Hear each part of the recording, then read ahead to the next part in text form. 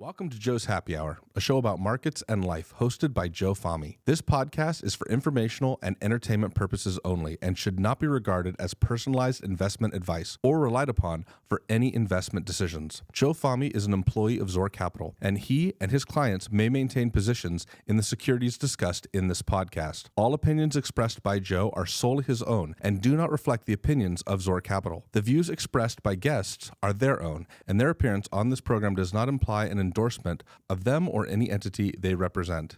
Thank you and enjoy the show. Zach Throne. Joe Fahmy. Welcome. What are you doing here? Thanks for being here. It's my pleasure. I'm in front of greatness. Well, so am I. I'm going to do a quick introduction. Sure. You're an amazing musician, guitarist, actor. Thank you. Super, super talented. Thanks. A few recent things you've been doing. You're playing currently with Jerry Cantrell of Alice in Chains. Mm-hmm. You've worked with Corey Taylor from Slipknot, Ace Frehley from Kiss, the legendary Joe Fahmy at his birthday party. That was my highlight of my career so far.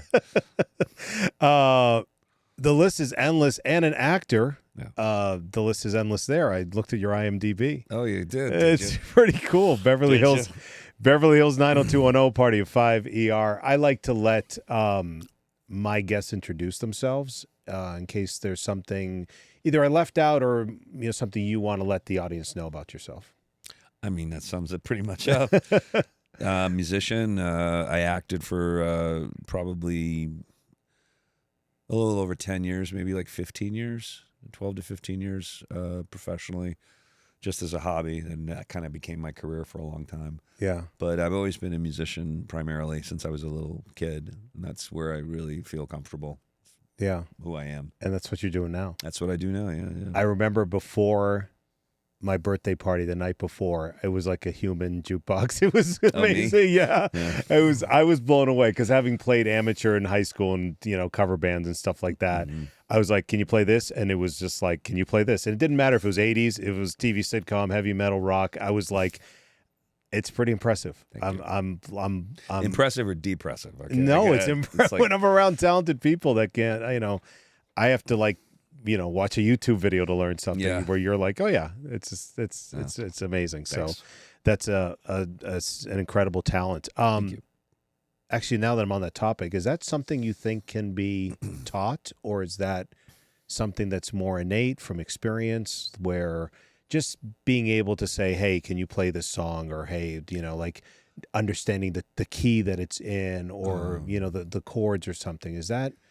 I think you can train yourself to figure out things like keys of songs and progressions of different songs or melodies.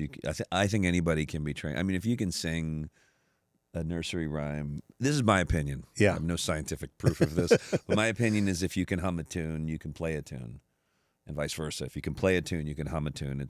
I think it gets people kind of psych themselves out. But sometimes people will see someone playing piano and they're like, I could never do that, or see someone play guitar. Like, do you feel like you have to have some sort of innate musical tone or musical skills? Like, I don't know, like, I don't know. I mean, I guess it helps to have a kind of musicality built in, but I think that anybody can be trained to hear something and then reproduce it, because there's only 12 notes. Yeah. In a scale. That's it. It has to be one of these 12. There's nothing more. But there's minors and majors, which I don't like. But I mean, but it's still within this framework. It can't, I think, it can't be an endless kind of, it's just one of these 12 notes or sequence of these 12 notes. So I think eventually if you learn how to find those 12 notes and then you do it a lot, your ear gets trained to hear what those notes are. And then you can kind of have it's an interesting thing. You just get thing. better and better and better at it with practice. Yeah, you said if you can hum something, you can play it. I think so. That's an interesting way of putting it. I've had friends that were musicians that go, I can't sing. I can't sing. I can't sing. And they're world-class musicians, like amazing, top of their field in their genres. And they go, I don't sing. I can't sing. And I go, well, I don't believe that. If you're this musical on your instrument, there's no way you can't be this musical on this instrument. There's just no way. You're just applying that musicality to a different source. Okay. So if you can hum like Jingle Bells, which everyone can, then you can sing. You know, and I just think that people psych themselves out or psych them, or maybe they're self-conscious about their extremely. singing. I mean, I get singing so revealing, so I get why people are self-conscious about it. And people are in awe of it, like American Idol. You know, yeah. Everyone watches that because like, oh, I used to sing, or I can kind of sing in the car or in the shower or whatever. Yeah. But then they see that and they're like, that's amazing that they do it on camera. Yeah, it's very revealing, and it's you have nothing to hide behind when you're singing. Yeah. But I think if you do it enough time, and I did it, I was obsessive. If I heard something on the radio or on television, I would figure. I still do to this day. Yeah, I'll figure something out as I'm listening to it. So it's a lot of wasted time. No, that's an incredible talent. Talk to me about getting the Jerry Cantrell gig. How did you get? I've heard a story about you playing at Scott Ian's birthday party from Anthrax, and Jerry was there. Yeah. And was blown away and was like, who is this guy? Is that the simple version of the story? I'll let you tell it. Well, it's kind of. We were, well, I've known Jerry like peripherally for probably over 20 years. We would just run into each other at different places, and we had played together different times, you know, just jamming kind of scenarios. And so we had played, funny enough, a couple of birthday parties together, and we had different haircuts and stuff. So, you know, but it was at Scott Ian's 60th birthday, which was his birthday's New Year's Eve. So it was a birthday / New Year's Eve party. Okay. And he wanted me to kind of help out in the musical direction department. So he had a lot of friends, and they're all musicians, and I think I was like 32 or something songs for that night that were going to be performed with rotating musicians. Okay. And I was in probably 18 or 19 of them. I mean, I was in a lot of the songs, so I had to learn a lot of material, and kind of be the go-to guy when someone would call and say, what key is this in, or what are we doing, or which part is, and I would say, okay, hang on, I'll find out. So I sort of helped out in the construction of the direction of it. And Jerry was on a song, so I saw him at Mates, and we jammed and shit. And then at the party, I guess him and Greg Pucciato, who was the singer in the Jerry Cantrell band, they were just there hanging out, and I'm in like 18 or 19 songs, so they're just singing me, just like juggle and this and do this and, you know, spin plates. It's amazing. I was doing a bunch of different stuff, and it just so happens that at the time Jerry's drummer and guitar player had gone to another gig, so they were needed to fill those two spots. So Greg and Jerry were just like, man, we should get that guy. You know, he can sing and he can play guitar and he does a bunch of stuff. So the next day, January 1st, Jerry called me. And he just said, what are you doing in the fall? I got some touring if you're interested. Wow. And I went, I'm interested. Let's go. And that's cool. That's how it happened. Is there a part of you, I mean, you've obviously played with so many legends and so forth. Is there the little kid in you that's like, this is pretty cool? Always. Like playing with legends or Absolutely. people you've looked up to or tried to learn their songs or whatever, you know? Absolutely. Every at some point, you know, on every tour, when you're touring with somebody who's really well established and really good and legendary, there's always some point where you're going on, oh my God, like this is really happening, you know? And then you kind of got to go, yeah, it's happening, but you still got a job. But you got to be professional and work. You know, yeah. So let's bring this song home. Kind of That's thing. Cool. You know, because mostly with the guys at Kiss, because I've worked with a lot of the guys in Kiss and toured and stuff, and there was always some time during a show that I would look at, like, say, Ace Frehley's hands, you know, and just watching him play that riff and go, man, I remember when I got this record when I was 8 years old. And there's those fingers that I used to just try to figure out how to do that, and there they are, you know, so those are always... It's a little surreal, maybe. Yeah, world's crashing. Is that one of your biggest influences was Kiss, or is anyone else, or that was there's a lot of... I know there's a lot, but I mean, Kiss was kind of like my first big kind of hero worship band. Yeah, because that was the band for me or my friends. Well, there's a lot of production, theatrics, the makeup, and there was some great bands that were going on, but like. When you're 8, you're not really like into Pat Travers, or something. And I love Pat Travers. You know? I mean, I study a lot of his stuff, but you want something to kind of look up to. And I loved Led Zeppelin, and I loved I really loved Aerosmith. They were great. Yeah. But there was something just overwhelming, like, about Kiss, and just undeniable. You couldn't resist it. It was these 4 like comic book superhero monsters. They're alive. Yeah. And they play like heavy rock, and there's explosions and fire. And it was just, before you even saw them live, you would just look at the covers going, I wonder what this is going to be like when we go to the concert. So there was this whole mystique around them, and it just sucked me in. And, I've been there ever since, kind of, What did you start playing? Did you start playing guitar? My very first instrument was the violin. Okay. At school. Mine might have been too. Yeah? I think it's like recorder or violin or something. Yeah, you handed your instrument. Yeah. They gave me violin. I think mine have been too. Okay. That's funny, yeah. Yeah.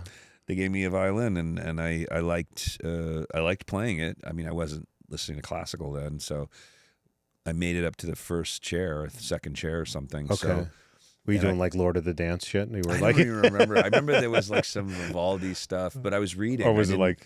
I didn't learn anything. They gave you, here's what you have to do, and you have to read from here to here, kind of thing. And then I would read. So I didn't really know how to play the violin. It was like I could read music and then play. Yeah. Okay. So you're not an improv. I couldn't improvise on a violin at all, even when I was playing it every day. And then, but I was listening to like Aerosmith and Kiss and rock and stuff. So I mean, I really wanted to play rock music, and so I got a drum kit. I saved up enough money to buy this pretty cheap drum kit from a music store, and mine was Latin percussion. Yeah, mine was my first kit, a Latin percussion kit. Yeah, oh, that's great. Same thing. It was like saved up for 4 pieces. Yeah, I saved up for this. I mean, it might have been like $10. I mean, the guy was like throwing it away. Yeah, and there were no cymbals. He went in the garbage can and got this broken cymbal. No, I got a snare first, and that's then what I did. I got a snare first, and then the bass drum, and then like there wasn't even. I don't know if they were all the same color or wood. No, they weren't. Mine was a snare from another company. Yeah, and 2 rack toms from some other company. Right. Yeah, no, that's why I was saying, is Latin percussion or cosmic percussion? It was, I forget. It was one of it was like one of those CP or again. That's why I'm like, I don't even remember, because I think it was my set was made up from those 2 companies. Me too. Something like that. All right, so sorry. Go ahead. Yeah, so I got the same thing. I got like this kind of like pieced up, drum kit, and I would just sit in my room with headphones all day until like dinner, and just try to learn like all these songs on drums, and then I was like, okay, I wasn't a great drummer, I wanted to be, but I really wasn't. And then a friend would leave a guitar at my house, because he would come over and jam. Okay. And then while he was gone, I'd pick up the guitar and I go, oh, this feels really good. And I kind of wanted to be out front, and so I just started playing guitar. So I was probably about 15 when I started on guitar. Okay. I sold my drum kit. Did you take lessons? I took.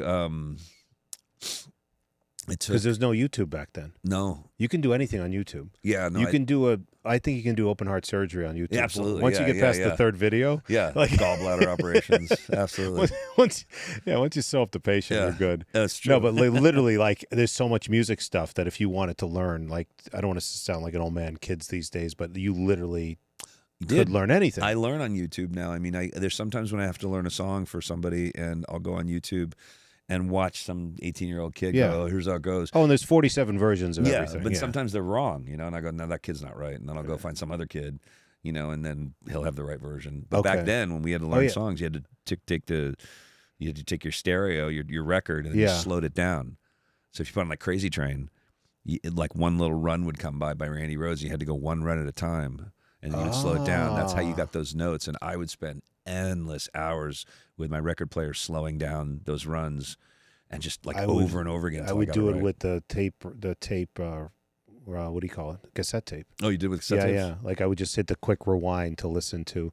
Or sometimes you have to pull the pencil out and rewind it with the pencil. Yeah. When the tape. So you're doing it literally groove by groove on the record. Groove by groove, yeah. Well, especially when you got like a solo, and there was a solo come by, and there was a string of notes that just went by. You want to make sure you got those notes right. And so you would slow it down, and then you could slow it down with your finger, and you just go da-da-da-da-da, and then you go, okay, let me find that da-da-da-da-da.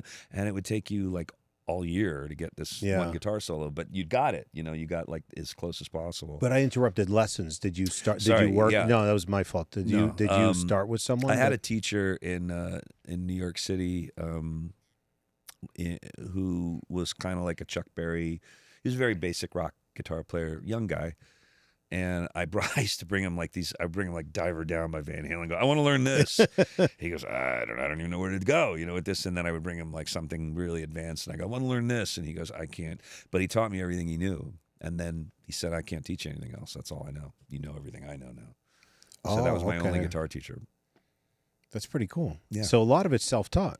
Almost all, yeah. Almost all of it's I think sometimes,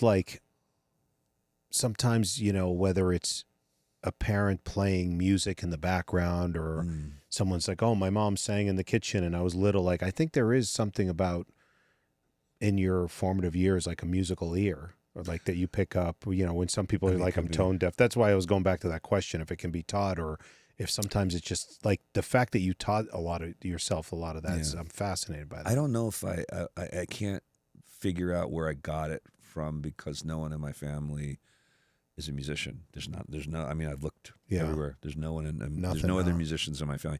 My mom sings like unprofessionally, but she's got a really pretty voice.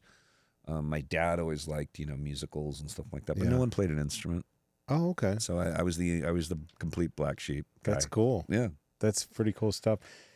Speaking of your dad, famous actor. Yeah. It's what was it like growing up in Malachi Throne? He was in a lot of stuff. He was.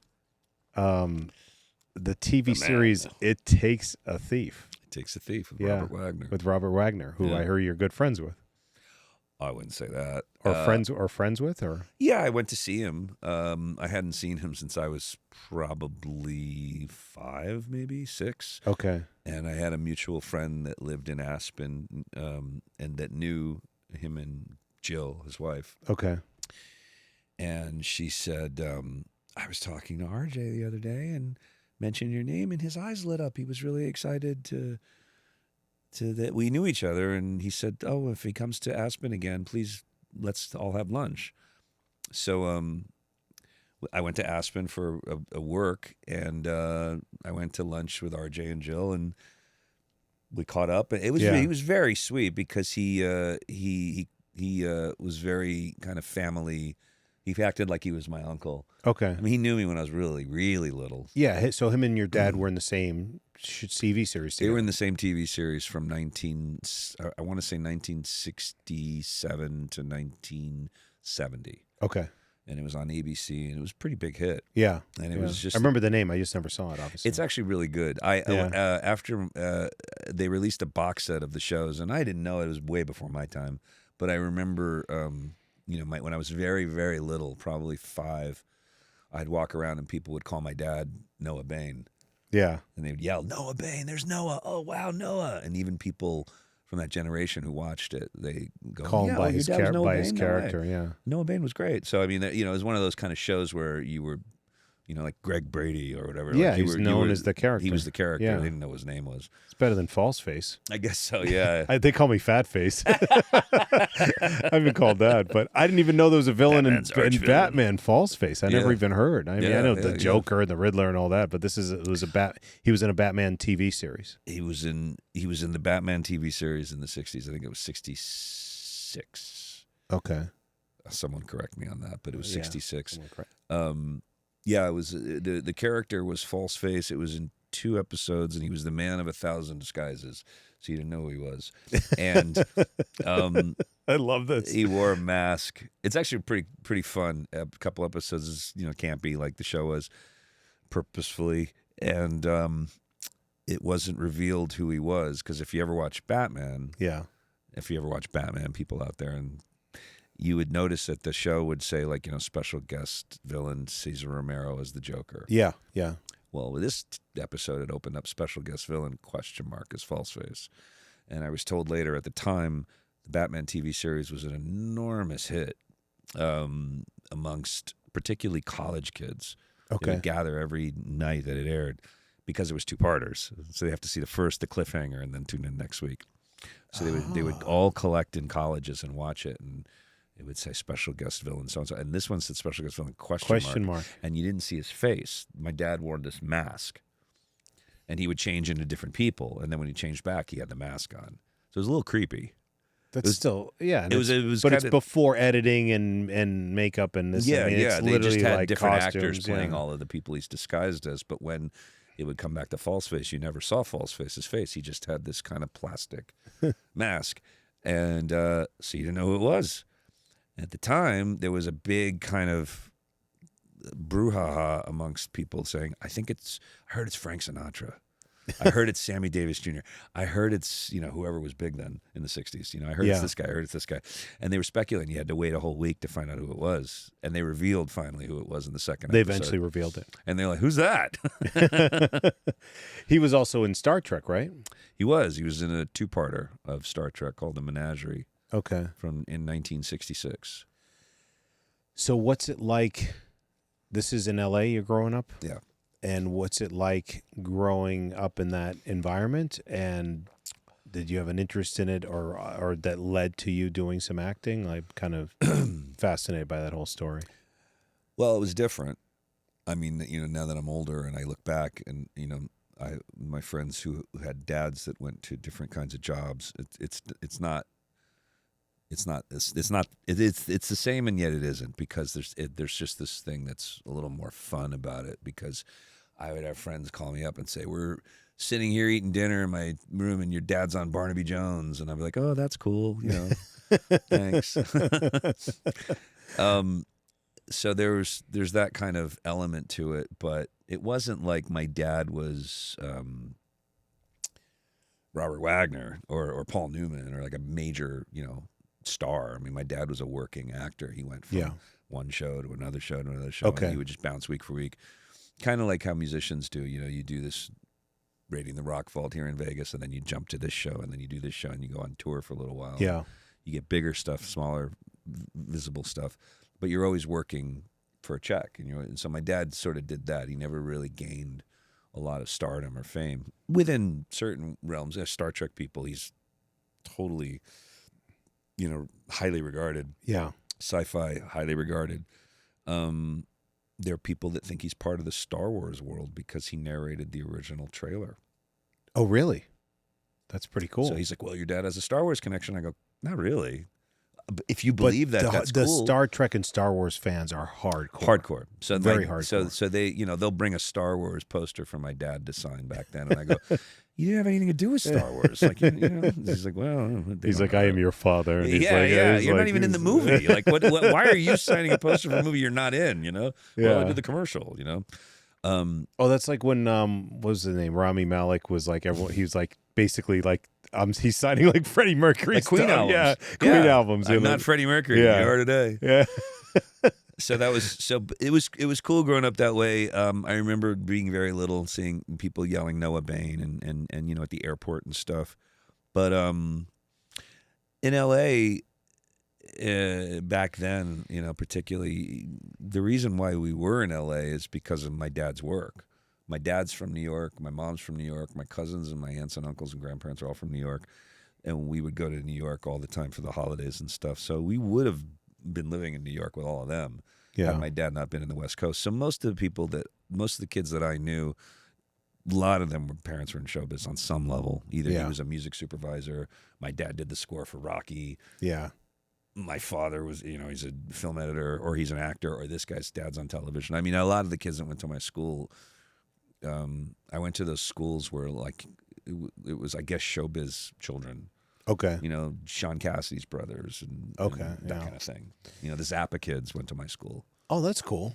Did you start to get an interest in wanting to act or getting into some of that stuff, or was it? How did that lead up to that? That's, I guess. Well, for me, it was just a big, bad mistake because I was always a musician as a kid, and I knew that was my destiny from a really young age. But it's impressive you knew that. It chose me. I didn't really. From the time I can remember, just being able to walk, I would look at the turntable in my parents' living room and just watch the record go around and around and around. I was just fascinated by music. I remember it's that. It's called ADD. Absolutely. And then here I am now. Still with ADD. It's done nothing good for me.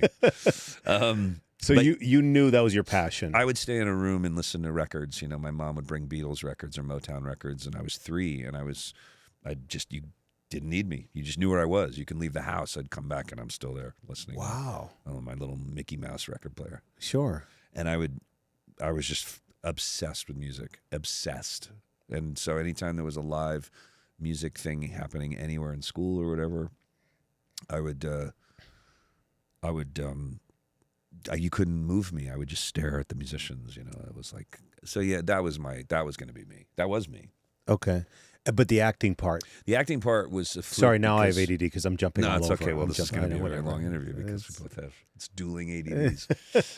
No, the acting part was, I moved to New York City when I was about 14, and I went to high school there and stuff, and then I went to college for a year and dropped out in Queens.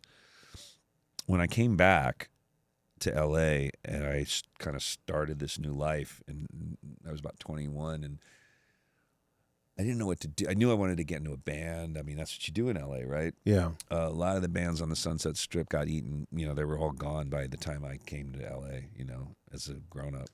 So I was like, well, there's no bands here anymore. What am I going to do? So I got into music school. And I started studying, and my mother said, you know, there's a theater company that one of my friends runs in West Hollywood. Maybe you want to do some theater, some plays or something, just as a hobby. So I didn't really have any friends. You know, I moved back to LA and lost touch with everybody I knew as a little kid. Okay. So I was just wanted to meet people. I said, okay, sounds good. So I went and I was doing a couple of plays, and it was fun. And one time it was typical LA story, an agent saw me in a play. Yeah. And he said, who represents you? And I go, well, nobody. I'm not an actor. I do not want to be. I'm the son of an actor. My dad my dad hated the business. Yeah. Just FYI, my dad. Oh, now it's a whole other can of worms. He hated the directors. He hated the assistant director. I mean, my dad was also very, you know, what's the word, irascible. Yeah, but it was just a grind of a business. It's a grind of a business, but also my dad, you know, I love him, but he was a big pain in the ass sometimes, you know. And so I mean, he if he was in, you know, some other kind of line of work, I'm sure he would have complained about everything. That's kind of how he rolled. Oh, it might have just been his personality. It was his personality. But also, that's a grind. I mean, every business is a grind, but he probably saw some of the. But he saw some things behind the curtains that I wasn't privy to, but he never had a kind word to say about the business. So growing up, before I realized that my dad brought a lot of that to You're himself, like, I don't want to do this. I was like, why would I want to get in that business? Yeah, he never had a nice word to say about anything in the business. So I went, well, I don't want to do that. And this agent said, well, why don't you just come in and let's talk? Okay. I came in and we talked, and I didn't have anything else going on. You know, I was starving in LA, and I had a terrible apartment with a roommate, and I was just like, well, if you think you can make me money, let's try it. Lo and behold, I started working, and then I was on TV, and I did a show, and then another show that led into a movie, and then I got a TV series, and I went to Canada and was on a TV series for a year. Yeah. So that kind of chose that line of work for me, and music fought for space. You know, took a back seat. Okay. Which was that was the Heights in Vancouver. Mm-hmm. And the music? I know you're in the video of the theme song. Did you write the music for that or no? Or you? I wrote some of the music, not a lot. We were asked to contribute music for the show. We all pitched in our songs, whatever songs we knew how to write or had at the moment, you know. And I was very new at writing songs, so I just said, "Here's a demo I made of like 10 songs," and they picked one, and it got in the show. That's cool. It was cool. That was big for me. When you were acting, were you jaded because of your dad's experience, or did you just say, I'm doing this, I'm going to enjoy it and have fun, or did you not enjoy it, or like ups and downs, or? I think because of my dad's experience, and because at the time I believed everything my dad said. We're young and impressionable. I was very young and impressionable. Well, and yeah. I don't have any reason to doubt my father until I find out that, well, that's not exactly what happened. Right. Here's what happened, because I was there too. And then I heard other people's point of view, and I would think, oh, okay, I see how he might have added a little to that. Yeah. But I think I was probably a little too, what's the word? Jaded, or? Not jaded. I was alarmist, maybe. Okay. Like I thought something bad was going to happen at all times, because that's what he said. You know, you can't ever feel secure. We're never going to make it. Something bad's going to happen. You're going to get screwed. You're going to get fired. You're going to get docked pay. Someone's going to take Beverly Hillbillies or something. One of those cartoons. It was one of those, like, something bad's going to happen in the business. Watch your ass. That was my dad's thing, you know, like, because they'll always try to screw you. Don't trust anybody. Yeah. So I'm like, and you know, my experience wasn't Nothing like that at all. I yeah. mean, there's a couple things that you learn as you get into television or anything in show business where, if you don't have it in writing, get it in writing. Until, we all have that kind of like rite of passage. I guess you have to go through when you get in this business where someone screws you over, who looked you right in the eye. Yeah. Said, I'll never screw you over. And they screw you over and you go, wow. But you learn. And then you go, okay, now I know what I got to do next time. No worries. That's the business. Yeah. Just watch yourself. So he was right in some aspects of it. But I had I didn't have that experience that he had. I had a great time. It was fun. I was going to bring this up later, but you mentioned, speaking of getting screwed over, Billy Joel has got in the documentary. Oh, yeah. Has got, by more than one manager. Mm-hmm. You have a kind of a tie because your significant other's dad is the co-creator of Woodstock. Yes, he is. And his name is mentioned in the Billy Joel documentary. Yeah. He signed Billy Joel to one of the record labels. Yeah, he had a record label early on, and one Sunrise of his early, or something, yeah, something like Sunrise Record. I can't Record. remember the name of it. She'll kill me, but Just Sunshine Records. That's what it is. Yes, yeah. And one of his early signings was Billy Joel. That's pretty cool. Yeah. What'd you think of that documentary? Did you I never watch saw it. Oh, you haven't seen it. I haven't seen but it he yet. mentions his name. I had friends that called me and Yeah. they said, you're like Larry's dad's in this documentary, and I go, I know she's getting a lot of phone calls. That's pretty cool. It's great. It's a good documentary, I think. I heard it's great. Yeah, it's long, but it's there's a lot of. I'm just fascinated by the human side of all of this. It's funny because I grew up like you watching a lot of showbiz documentaries, and there's always like these rags to riches to rags stories. Yeah. And there's always somewhere in the middle where like our manager screwed us out of all this money. I feel or we got screwed, or this happened, and I believed him, and he ran off with all my money, and so when you get into the business and you start working in the business, you think, I wonder if that's going to happen to me, because you sign a lot of contracts, you have a lot of people working for you, and all that, and then when it does happen, it's usually really unexpected. It's not linear. It happens from some other angle where I think everybody has that, like I said, has a rite of passage where you trusted somebody. Yeah. But you can't let it jade you. You can't now be paranoid. That could be in a lot of busises too. It is. I'm sure it's in many businesses. Yeah. But with show business, there's this, allure of power and fame and money.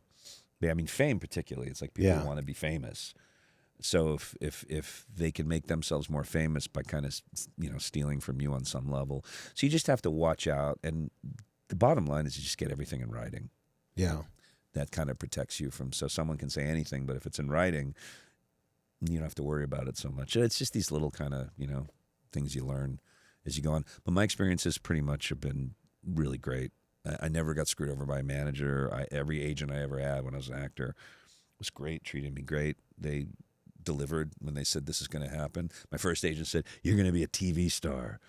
And I was like, I don't have any money. I don't have a career. I have one guitar, one pair of shoes. What are you talking about? And he made me a TV star. So isn't that kind of Johnny Depp's story where he's a musician and so same thing, and agents like a talent is you should be an actor type of thing, wasn't it? I think so, yeah. Something like that. But he's like, he just wanted to play guitar. He just wanted to play guitar. Yeah. So how do you transition back from being an actor to like saying, okay, I'm done with that part of my life or career and go into music? I'm fascinated by that. It was a long journey to that, because I thought that I kind of lost myself maybe, because my identity was I was a musician and then I was acting, and acting was great, but people started knowing me as an actor. Okay. And I would get a lot of calls as an actor for, well, there's this guitar playing cowboy, or there's this guitar playing serial killer, and or this singing, whatever. And so the fact that I had music, that I was an actor who could do some musical things. That's guitar how playing serial killer is hilarious, by the way. That would have been great. Because wish I got that call. It's like I would think like you'd leave a guitar pick or something. Yeah. Like, did you see where he went? Like, well, no, follow that pick. He had a guitar case with him, and there's like some broken strings here. There's always like, if you're an actor that doesn't do anything, like this is all you do, like Dustin Hoffman, brilliant actor, but he doesn't have any special skills. He doesn't speak Portuguese. He doesn't ride a horse. He doesn't play guitar. Like they used to give on your resumes special skills. And there's some actors that just don't have any. They doubled down and tripled down on their acting. They'll become the greatest actors that they can be or in the world, because early in their career, if a basketball movie came up, all the agencies are going to send all their actors that have basketball skills. Yeah, because the chances are you're going to get close or get it. Well, the other challenge when you mentioned the Brady Bunch, like even to this day, though, they're just it's like whatever George Alexander, like you're just known as that actor. Yeah.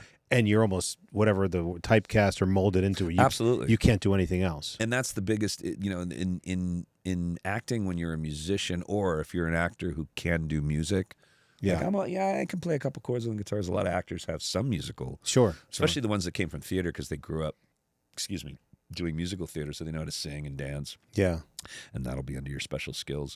So, if you do land a part where you're playing a musician or playing a big-time singer on a show, you can get pigeonholed, and the show's a hit. That'll be you forever. I mean, to break out of that mold is your forever challenge. If you ever want to do anything else, you're going to be, Keith Partridge or whoever. So for me, when I got the Heights, for me, it was like I always was submitted as an actor for anything involving music.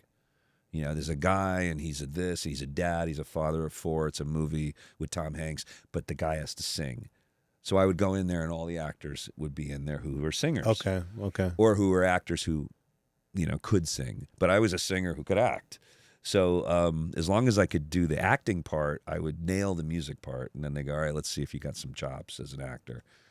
I never landed anything that was specifically made my name that creation. In other words, like when the Heights broke, nobody knows who was in the Heights except for maybe Jamie Walters. Yeah. They don't think of me.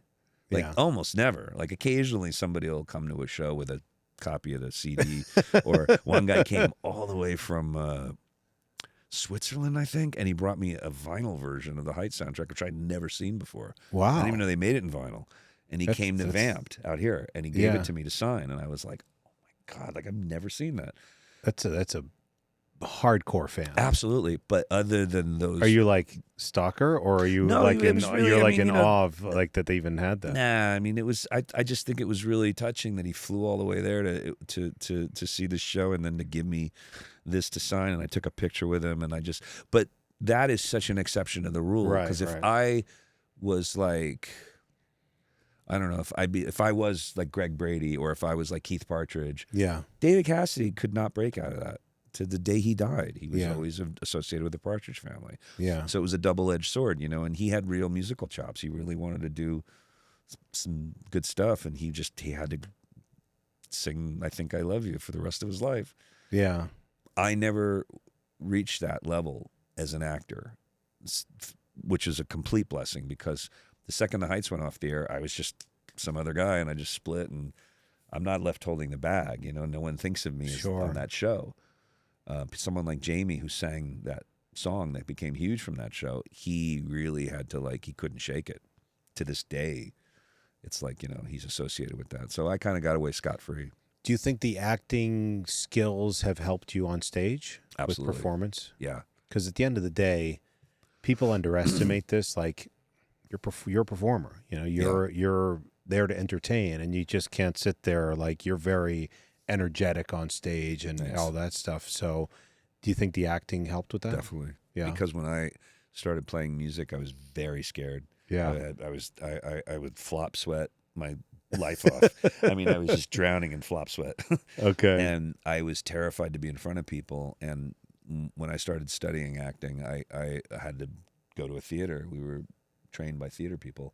So we had to get up on stage all the time, whether we wanted to or not. And we had to do a scene, or we had to do some, exercise work, or there was always something to be done, but we were always on stage in front of our class, in front of people, and then eventually in front of a paid audience. As a total aside, I think that should be taught in every high school. Oh, yeah. Public speaking, acting, all that stuff. Oh, it breaks you out of it. The number one fear for speaking in front of people. Public speaking. You know what number 2 is? Death. When you survey people of their number one fear, public speaking is ahead of death. So people would rather die than get in front of people. You're kidding. That's what the surveys show, and I kind of get that. So that's a fascinating thing you say, because I'm like, as a total aside, public speaking should be mandatory in high school, or some sort of get up in front of 10 people in your class because people are trembling and they're too nervous. Yeah. And it sounds like you started that way, but overcame that, and the acting lessons helped. Absolutely, because I had no choice. Yeah. I'm a firm believer that force is the best way. Because if you didn't kick me on the stage, I never would have got on stage. It's terrifying. Yeah.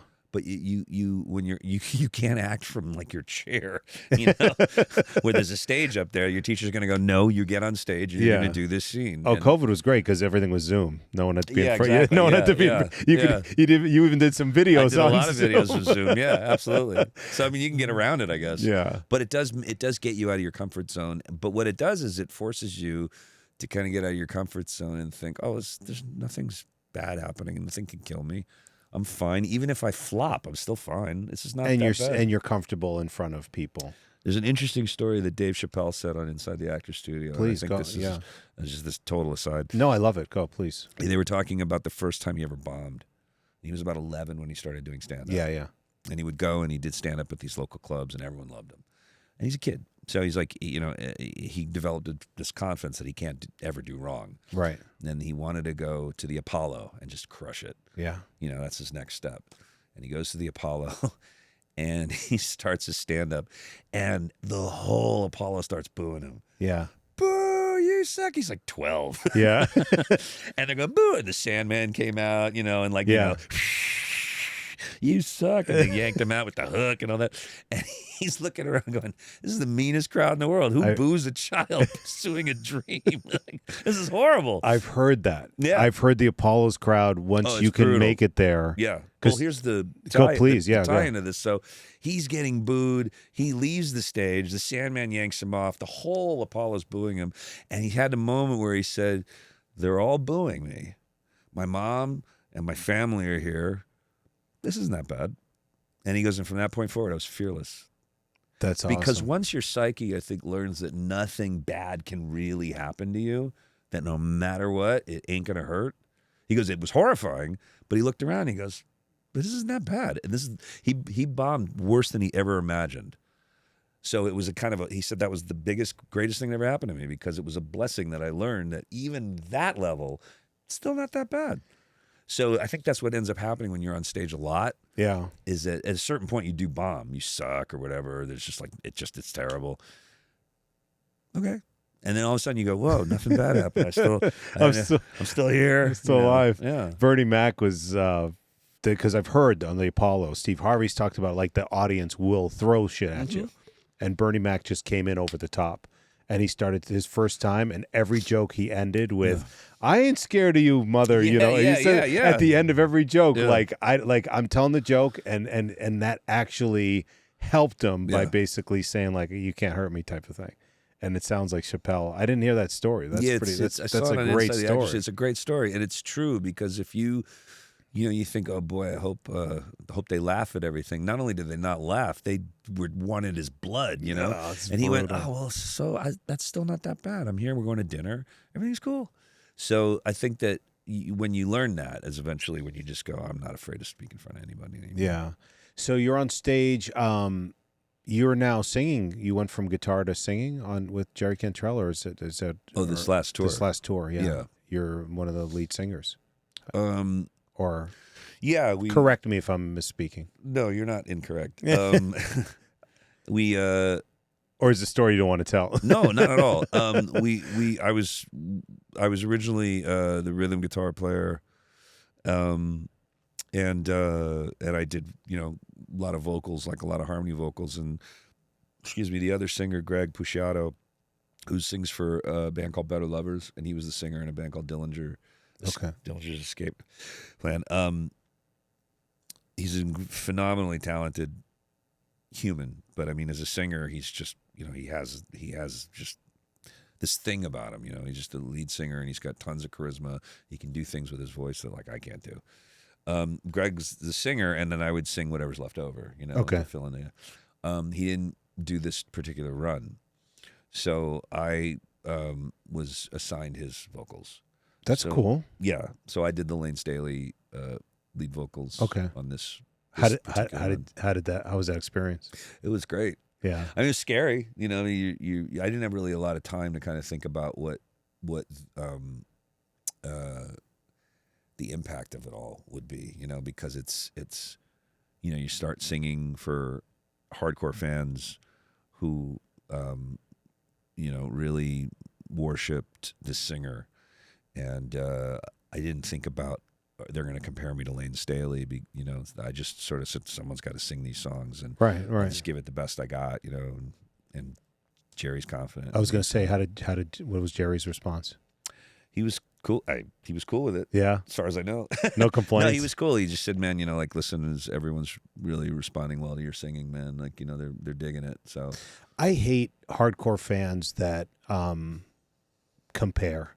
Like, I'll give you an example. When I saw Adam Lampert with Queen at Madison Square Garden, there's literally someone next to me. He's like, he ain't Freddie Mercury. He's not Freddie Mercury. I'm like, yeah, because he's fucking dead. Like, stop it already. Like, I'm like, you're at a concert with your arms folded, like upset. And I'm like, what is, like, or it's not Bon Scott. I'm like, oh, like, I hate that. But it's like there's purists, but there's like get your head out of your ass. Like, the people have passed. Like, yeah, you know. Sorry, but I'm curious. No, I get opinion. it. I don't like it either, and I'm me. probably guilty of it too. Like, oh, he ain't as good as, you know, so and so.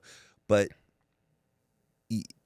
it's tough because so much of wherever you were when you first heard that music, especially with a band like Alice, because like the people that grew up with Alice in Chains, they went through parts of their life that were so impactful, significant. Sure. You know, a friend got married to this song, or a friend died to this song, or I lost my dad and this song saved me, and they associate someone like Layne's voice with that experience. Okay. And it's not just it's so deeply in their world.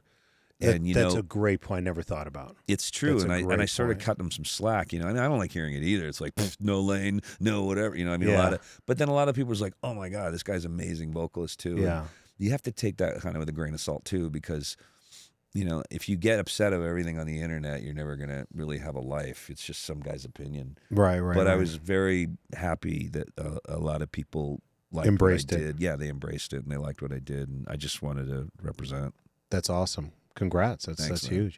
huge. You've lived in a lot of cities in the U.S. Yep. New York, L.A., Vegas. What's let me ask this question. If you could retire tomorrow and live anywhere in the U.S., where would it be? In the U.S.? Retire. Not necessarily retire. You're always going to be. You're like. I was like, retire. Retire is a different. What's that like? I know. No, I mean, like, let's say whatever you're. I don't know. It's just some hypothetical. You could just say, I can live here for the rest. I know you're always going to play music, but what's your. Like if money was not an issue. Let's just say that. Again. Yeah. I mean, I'm a big fan of like. So I know you go back to New York a lot, so that's why I'm asking this question. But I don't want to I don't want to coerce you into an answer. Well, New York. I mean, I have such a romantic relationship with New York because of my family, and because from before I could even walk, we were spending time in New York with my family, and I have just so many. My roots are all there, technically. You know, my brother and I are the only two in our entire family from California. So, and then of course, living there as a teenager, I did a lot of growing up. You know, I moved there a little kid, really. I mean, I was just becoming a teenager, and then when I came back, I was in my early 20s, but I was kind of like knew who I was by that point. Sure. But a lot of, like, when I go back to New York, I'm very excited to be there, and I'm happy to be there, and I always think, God, I would love to just be here all the time. But a lot of my affection for New York, I think, is wrapped in the past. Okay. You know, my father, I lived with my dad when I lived in New York during high school and college, and he's not there. He's not around anymore.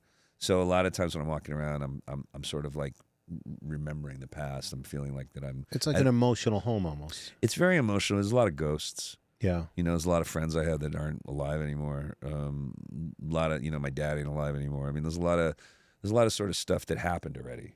I don't really have a current relationship with New York City, but upstate in Woodstock, I've always had a really good relationship since I was a kid too, because my uncle and cousins were from there.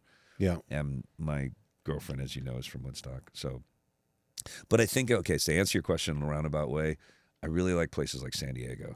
Yeah. Perfect weather, perfect life, perfect restaurants. It can't be touched. I mean, if you find like San Clemente, if you ever drive through San Clemente, if anyone out there drives through San Clemente, it's kind of perfect. Yeah. Like it just looks like a postcard every day. And the houses are all Spanish tile. The weather's always warm. It's always bike weather. Yeah. And the restaurants are great. And everyone's just like happy because they're living in a perfect town. Okay. So I like places like that. I think that's where I'd be happy. What about outside the U.S.? I know you've toured a lot of countries. Yeah, I love. If you were forced to live somewhere outside the U.S. Forced to live outside the U.S. Well, recently, this last tour, we were in Europe a lot, and I had a really great time in Vienna. Yeah. Yeah, Vienna's gorgeous. See, this goes back to the Billy Joel documentary. That's right. Where his dad left and ended up in Vienna. Yeah, I could see myself living in Vienna. Because it's just you're drawn to the music. Vienna, besides the music and the city is just gorgeous. Yeah. I mean, it just looks like birthday cake. Everything's white. And it's this classical, you feel like these Austrian waltzes are like singing in your brain somewhere. And the above ground transportation are these beautiful trolleys that don't make a sound. And it's very inclusive. Everyone's welcome. There's not a lot of and I got around easy, and most people spoke English, and the food was great, and I just went, oh my! It's just like I jumped into a painting. I liked Vienna, and I like Berlin too, because Berlin's got this kind of New York energy of this kind of felt like Brooklyn where we were. Okay, it was fun, and so I don't know, maybe Berlin or Vienna would be my two choices. Okay, for now. Favorite New York pizza. Well, now very. Now we're getting into the real topics. You're opening up a giant can of Italian worms. Well, I'll ask you, what's your favorite? When I lived in the city, I know all the best pizza was Brooklyn, Queens, Staten Island. Mm-hmm. Had a lot of great. That's great pizza. I never. It's funny. My friend used to joke when we'd say we're going to Brooklyn. It was like leaving Manhattan was like going to China. It's so far, and I'm like, it's just over the bridge. I'm like, it's not that far, But everyone made a big deal, like, oh, so and so's playing at the Brooklyn Bowl, or someone's playing. Yeah. Oh, it's how do I go all the way to Brooklyn? Well, let's go to Story for Greek food. Oh, like it's like three 6 stops on the train. Stops exactly.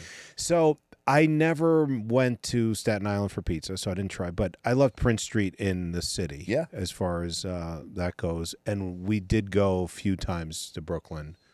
To the ones that were the DeFaras and Spumoni Gardens. Yeah, you have to go to DeFaras. Yeah, so we went to some of the ones that were in the top 10 New York, but I didn't go to too many outside of the city.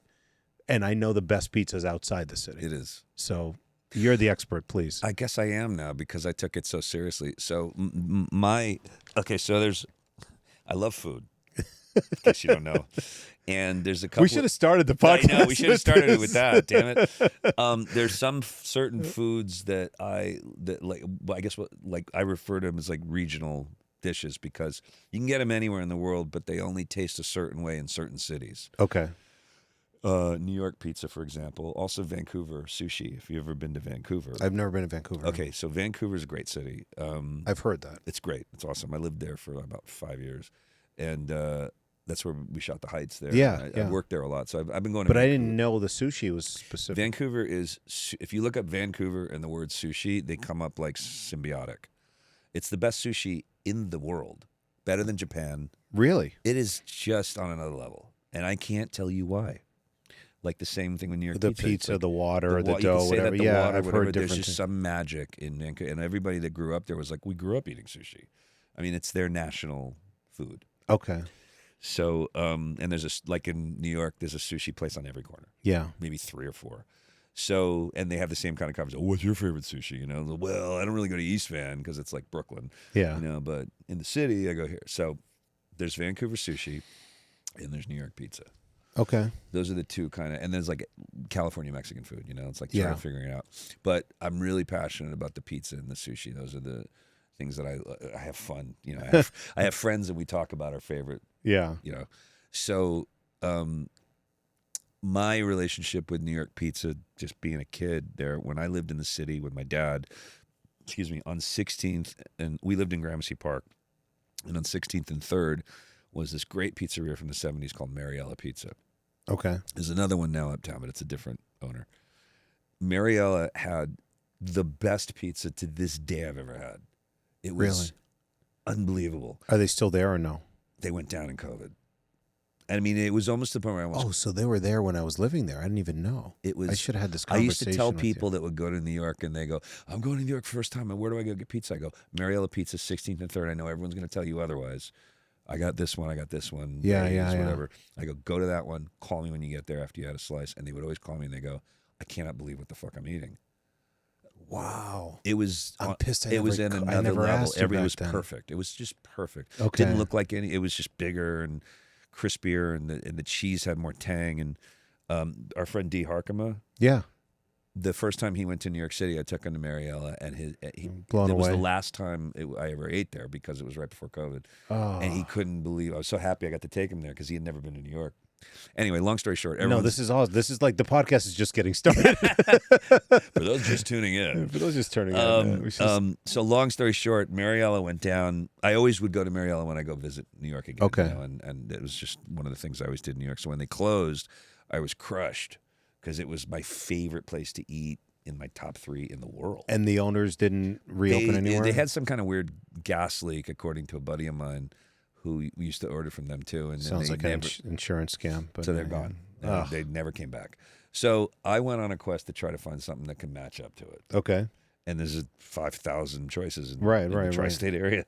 So I started going on like Instagram and places like that where a pizzeria, you know, this is I'm so-and-so and we're here in like Astoria, the Queens. We're checking out Manos. You should do Portnoy's thing.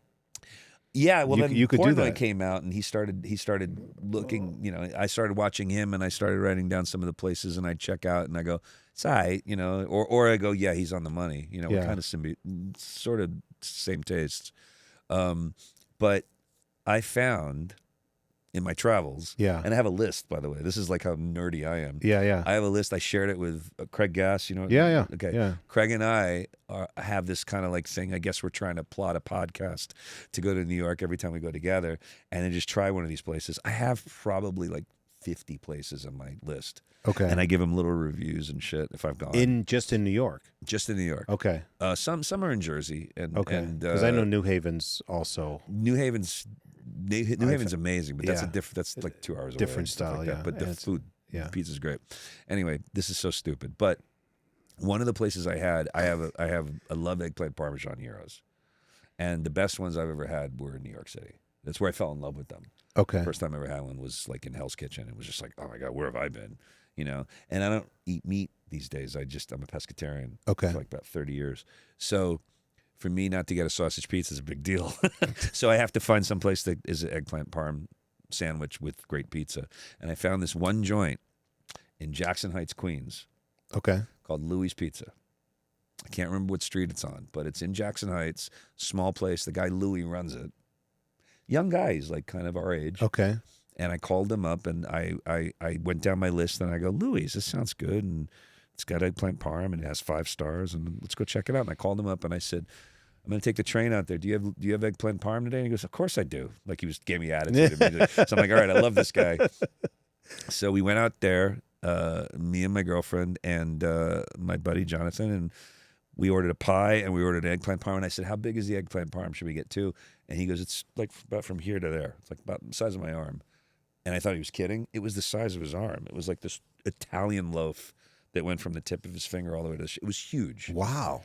And we happened to be there on a stopover on the Jerry tour. We had 2 days off in the city. Okay. So I ate as much of it as I could at Louie's, and then I brought the rest back.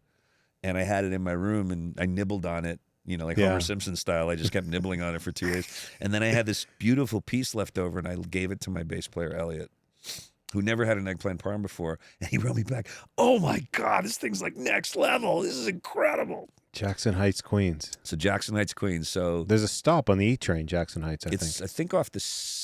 there is. Or is it the 7? It's the E or the 7. I can't remember which train we took out there. One of the two. Okay, but I'll look it up. it's only like a 5-minute walk from the train station. But it's Louis Pizza in Jackson Heights, Queens, is my current absolute favorite. And their pizza was amazing. So it's like pizza and eggplant parm. Wow, now I'm hungry. To die for. And I met a guy there that he lives around the corner. He goes and hangs out there all day and just talks about records. He goes, "You used to go to St. Mark Sounds in the Village?" I go, "I did, like half of my record collection. St. Mark Sounds." He goes, "I remember that one year," and blah, blah, blah. So that was kind of, good. There's interesting local color there too. So that's cool. Yeah. That's my current favorite. That was a very long. No, that's I got excited about, you ever thought of doing stand-up comedy? No. You could do it. I don't want to. You totally could. Because, I know we started off just talking about, getting into music. I'm just fascinated by, the whole mental part of, is it a gift? With everything, with any sort of talent, is it teachable and all that? But anyways, that's my own fascination with bullshit. I don't like being funny on command. But in all of our, whatever you want to call it, personal, private conversations, your sarcasm, your hilarity is I'm like, you could do stand-up. You're not on command. I'm saying, because you're sarcastic, improv. Yeah. I'm just saying, you ever thought about prepping something, doing 5 minutes open mic or anything? No, like that? because you totally could, by the way. Well, thank you. I mean, I guess if I prepped something and then I went up there and I had an act or things to say. I have some friends that are stand-ups, and I would go to some of their workout nights where they'd go to certain clubs and they have a list of this, and they have a bunch of things that they're going to try. And if it got a laugh or half a laugh, they go, "Okay, got to." And it was interesting because they would say, they would do their joke or do their bit, and then when it ended, they would sit there and sort of gauge what response they got. Yeah. And then they would go to the thing in front of everybody and just go, "All right, I got to work on that." Yeah. Kevin Hart and Chris Rock, and they talk. There's a story Kevin Hart told about the Comedy Cellar. They show up on a Monday, Tuesday when it's not a headlining night. Oh, yeah. To practice. Mm-hmm. And then Chappelle found out they were there and just on a whim shows up. And probably blows them all. And they're ripping up their they're ripping up their paper because they're he just found out we were here and he just walked up with no prep and just. I think with something like stand-up, I mean, again, I'm not a stand-up, but I have friends that are stand-ups. Yeah. You have to love it. You have to really, really, really love it. That has to be your absolute passion. You would, if it was. Well, I don't mean to do a Netflix special. I just mean to go up and do 5 or 10 minutes. I meant to do a Netflix special. All or nothing. To do that, yes, that's a different. Yeah. That's years of. I actually did stand up at one of the KISS conventions when I was down there playing with Ace Frehley. Okay. And or Bruce Kulick, excuse me. Sorry, Bruce. Every year there are stand-ups that host that event. Yeah. It's a 3-day event. And as they go, they volunteer somebody from the band to do amateur stand-up. And they write your jokes. So you don't have to write the jokes. It's a roast. Someone writes your material and you just go up there and deliver it. So I did it one year. And it was fun. Yeah. I didn't get the bug. I didn't think, "Oh, wow, this I got to do more of this," Okay. Yeah. I think you could do it, though. Well, thank you. If you ever wanted to venture. It's murder, dude. I mean, I did the whole thing about, just don't go to the Apollo. Rise or fall. I used to go to the Comedy Store in Hollywood in the 90s. Okay. I lived in Hollywood. And we would go and watch, Sam Kinison. What a scene that must have been. It was great because it was free. It was called Grab Bag Night. And you had to buy 2 drinks. But it was free to get in. You must have seen legends. I saw Kinison. I saw Arsenio Hall try out his monologue for his pilot episode of his show. Wow. He went there to work his monologue out to tighten it. Okay. That's when I first saw someone write notes on stage. I was like, whoa. He's like, we're the guinea pigs, and he's testing it out. I saw a lot of great people at those things. It was really fun. Never knew who was going to show up. 2 last random questions. Where else are we going to go? We got pizza, eggplant parm. Eggplant parm. Louis in Jackson Heights. All right. Trust me. Simple. I won't steer you wrong. I can't wait to go next time in New York. Michael Jackson or Prince? Jackson 5. Jackson 5. Yeah. Okay. Or the Jacksons. Okay. I am more of a band guy. I love Michael Jackson. I mean, Michael Jackson was a certifiable genius. I love a lot of Prince's stuff. I love him, like as a musician and as an entity. I think he was brilliant.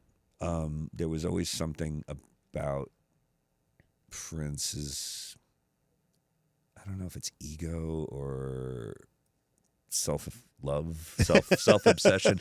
I just never really responded to guys that like walk around thinking they're the shit. Like you can't look in his direction and don't make eye contact. No eye contact. I've heard that. It just turns me off. And then, but the stuff that I think Prince did that's brilliant is as good as anything that's ever been made. Michael, on the other hand, I think was, the Jacksons were my first big influence as a kid. That's before Kiss, before Zeppelin, before the Beatles. Okay. I was into Motown, and the fact that there were these 5 kids, these good-looking kids, and they're all brothers. Yeah. And they all could play instruments. And I didn't realize they were that good at their instruments, until I saw some live footage pretty recently, them at like the LA Forum, and I'm just like, these guys play like Earth, Wind, and Fire, and they're not even out of high school yet. I mean, I learned later that they were like disciplined and had to rehearse like 140 hours a day and got disciplined to get that good. You don't just get that good sitting around watching TV. So they were constantly rehearsing. But I never saw anything like that, and I still don't. I mean, the 5 brothers that all could play music like that and sing like that. So that made me go, well, I guess I can do that. I didn't, you look at Jimmy Page, or you look at Jermaine Jackson with a bass, and you go, well, I'm closer to age than him. And he's playing the Forum with a plugged-in bass, and John Paul Jones is playing the Forum with a plugged-in bass, but he's 30, and he's 18.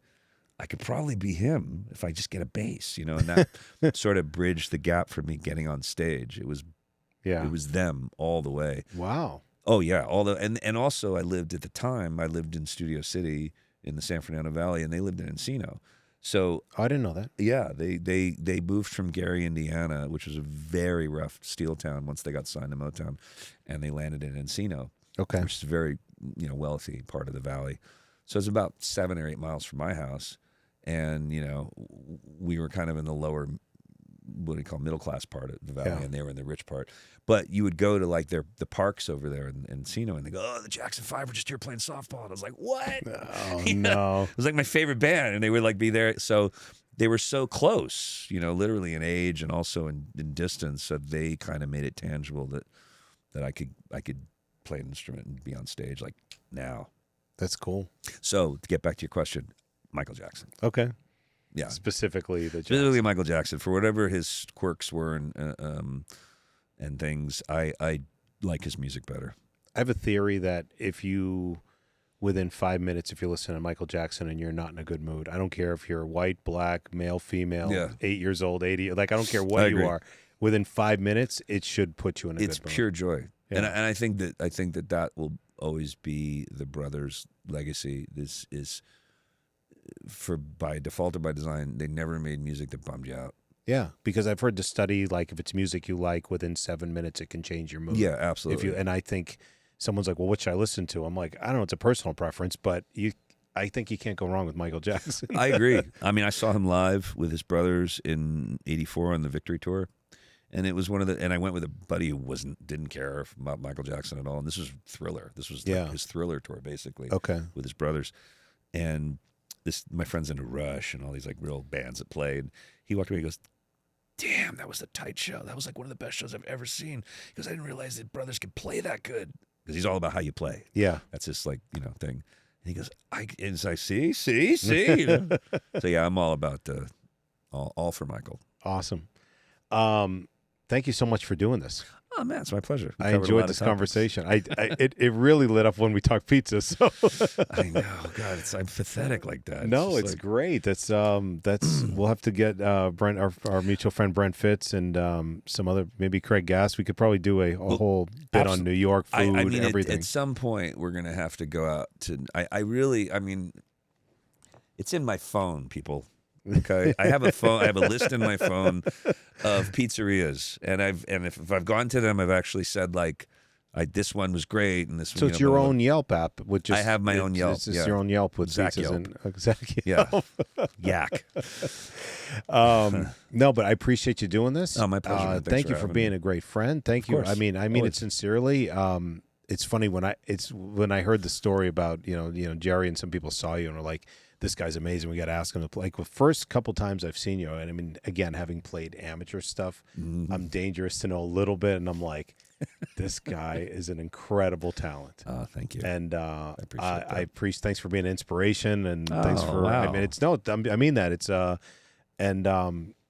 it's cool to watch. I love watching excellence in any field. Thank you. So I mean, I'm mostly finance, and I pay attention to great fund managers, and I can watch athletes I just love excellence, and it's cool to watch you on stage. And thanks, man. Hopefully we can do it again soon, man. Anytime. Appreciate it. Thank you. Thanks, Joe. All right.